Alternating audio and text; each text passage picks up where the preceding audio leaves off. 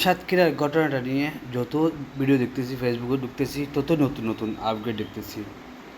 তার পুরাতন প্রথম বউ সে সাক্ষাৎকার দিল, হ্যাঁ তারা জানে বিয়ে করেছে। আমার কথা হলো ঠিক আছে, একটা ছেলে 10টা বিয়ে করবে, 5টা বিয়ে করবে, তার সামর্থ্য থাকলে সে বিয়ে করবে, ডাজেন্ট ম্যাটার, এটা নিয়ে আমাদের কোনো আপত্তি নেই।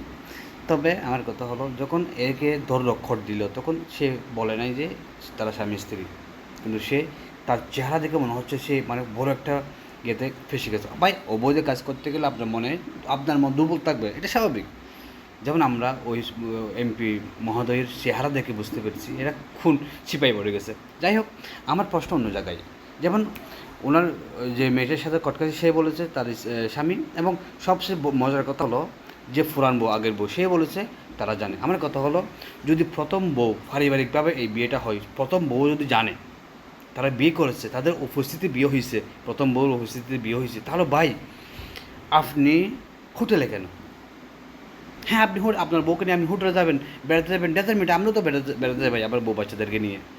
আমার কথা হলো, আপনি হোটেলে যাবেন, ঠিক আছে, সব কিছু ঠিক আছে, কিন্তু আপনাকে নতুন বিয়ে করেছে, আপনি কেন হোটেলে যাবেন? আপনার প্রথম স্ত্রী তো জানে, আপনার পরিবারের সবাই তো জানে যে আপনি বিয়ে করেছেন, আপনি আমার বাসায় রাখবেন। যদি এক বাসায় দুই বউ রাখতে সমস্যা হলে আপনি নতুন বাসা নেবেন। ওই নতুন বাসা তো আপনি বিয়ের আগে নেওয়ার কথা, যে বিয়ে করে আপনি বউকে নেবেন কোথায়, রাখবেন কোথায়? হোটেলে কেন ভাই? ওয়াই? কেন হোটেল আসতে হবে আপনাদেরকে?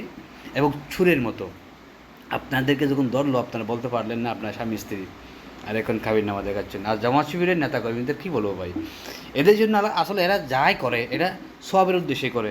আমির হামজা বলছিল না, জান্নাত দেওয়া শুরু করলে সাতক্ষীরা থেকে দেবে, এই যে জান্নাত, এরা হচ্ছে তালিম দিচ্ছে এগুলা, এদের জন্য বৈধ এগুলা, আমাদের জন্য হারাম হলো। এই জানাগর এগুলো তাদের বৈধ।